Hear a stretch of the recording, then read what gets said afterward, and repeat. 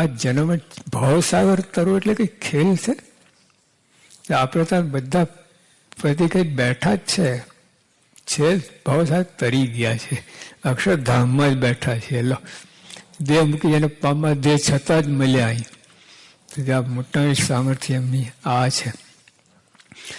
પછી ગુરુ પરંપરા જો તમે એમાં કે બીજા તમે કોઈ પણ આજના દિવસની વાત કરો, આજે હિન્દુસ્તાનમાં કેટલાય સમર્થ ગુરુઓ થઈ ગયા, આપણે નામ દેવું નથી, પણ એમના પછી બીજી પેઢીમાં કેટલું સામર્થ્ય હશે, બીજી જ પેઢીમાં.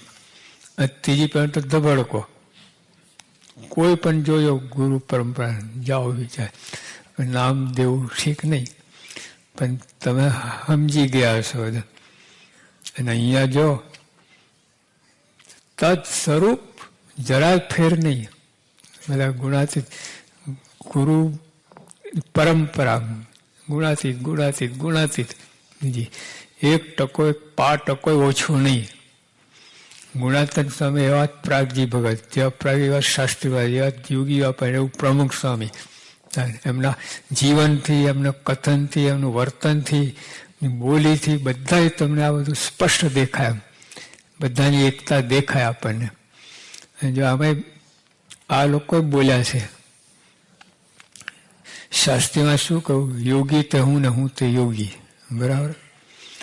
પછી યોગી આપણે શું બોલ્યા છે કે શાસ્ત્રીમાં પ્રમુખ રોમનો ફેર નથી. એટલે યોગી તે હું અને હું તે યોગી, બરાબર. એટલે A = B, so B = A, બરાબર. હવે પછી A = C, યોગી આ કહે તો A = B = C, C = A, જેમ તેમ કરો બધું એકનો એક આવે, એ બધા એક જ છે. આવે છે આવી પરંપરા ક્યાંય નહીં મળે તમને. હા, પહેલા એવી પરંપરા હશે કેમ વિચાર જ એવા છે. પહેલા થોડું થોડું તો ઓછું થયું જ હોય. ના તો એક સરખું એક ધારા તો આટલું ઓછું નહીં. જો તો એક શું બતાવે, ગુણાતીત એક જ છે, એના એ જ છે, આમ એની સાક્ષી છે. પછી બીજું એમના દેહ ભાવ નથી.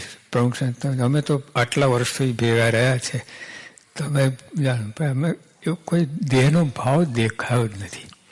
થાક નહીં, ઊંઘ નહીં, કંટાળો નહીં, કોઈ ફરિયાદ નહીં. કેટલો તો ભીડો પડ્યા.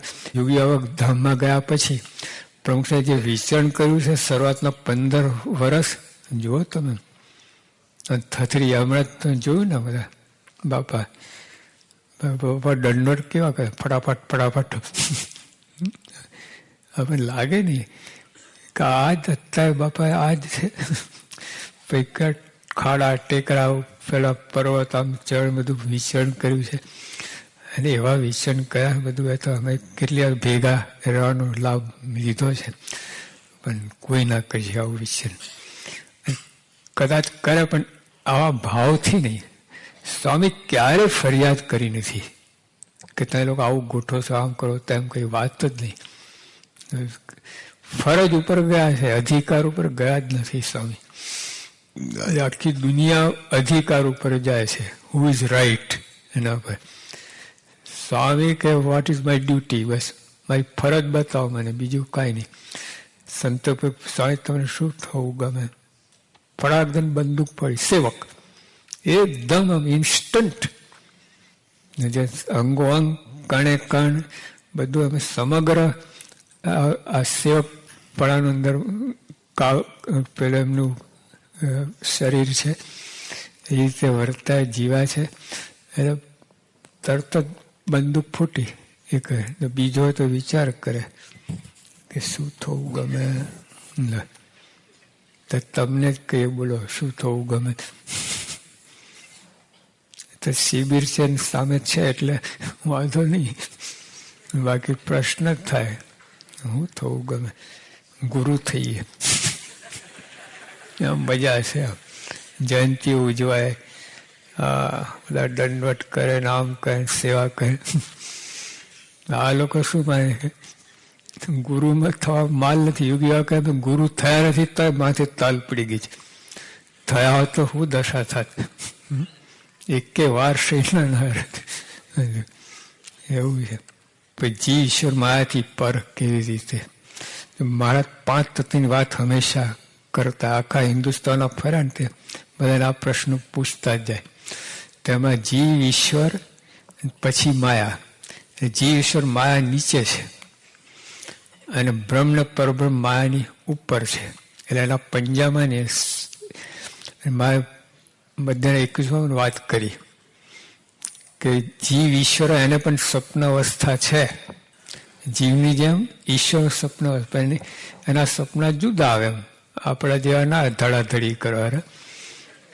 બ્રહ્માંડની રચના એવા સપના આવે બધું એ બધું, પણ સ્વપ્ન અવસ્થા છે એમને. એટલે 3 ગુણની અંદર આયા એ 3 ગુણ, 3 અવસ્થા, સ્વપ્ન, જાગ્રત, સ્વપ્ન, સુષુપ્તિ. જો જીવ જેવું જ થઈ ગયું એમને. મારે કે વૈરાટ બ્રહ્મા, આખું બ્રહ્માંડ વૈરાટ બ્રહ્મા, એ પણ અંદર જીવતો હતો પણ તો પોતાની ક્રિયા કરવા સમર્થ નહોતા. જે વાસુદેવ ભગવાન પ્રવેશ થયો તો ક્રિયાવાન થયા. એટલે જો આમ ખાલી એના પેલા વૈભવ ને ઐશ્વર્ય એમાં ફેર છે, બાકી બીજી રીતે તાત્વિક રીતે તો જીવ ને ઈશ્વર સરખા. ત્યારે બ્રહ્મ ને પરમ એકદમ નોખા, અદ્વિતીય, જોટો ના જડે અક્ષર બ્રહ્મ.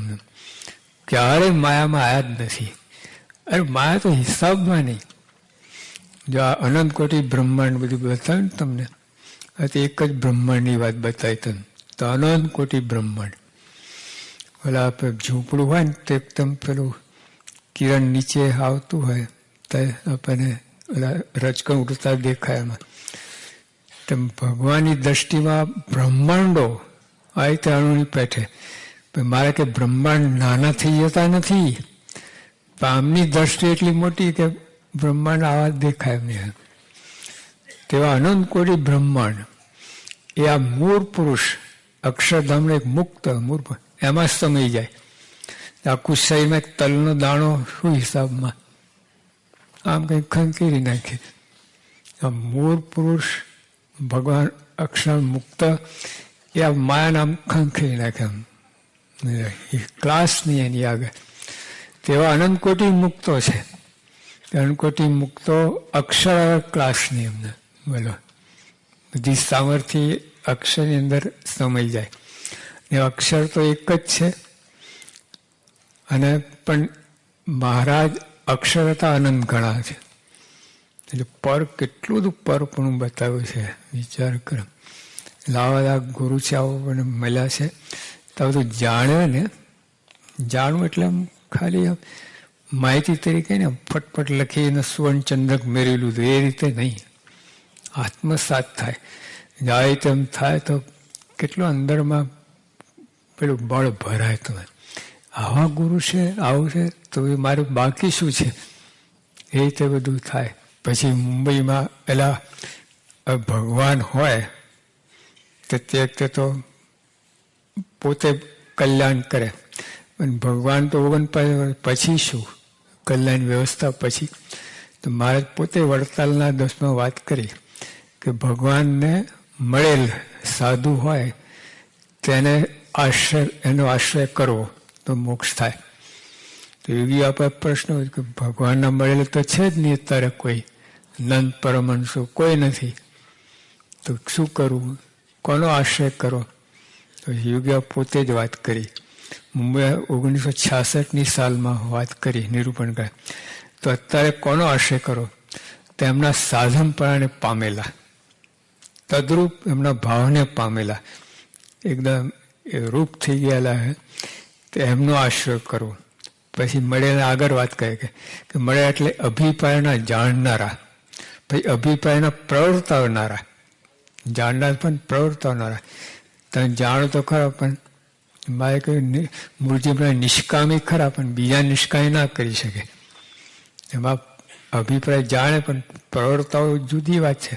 એ શાસ્ત્રીમાં ડંકો મારી દો. આ ખૂણ્યું જ્ઞાન કહેવાતું હતું.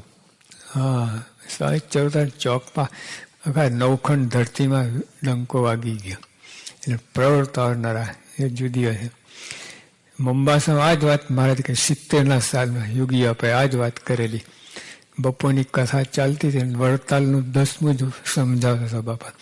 તે આ રીતે જ વાત કરી કે ભગવાનના મળેલા એટલે કોણ? એના સાધન પણ પામેલા, અભિપ્રાયને જાણનારા, અભિપ્રાય પ્રવર્તાવનારા.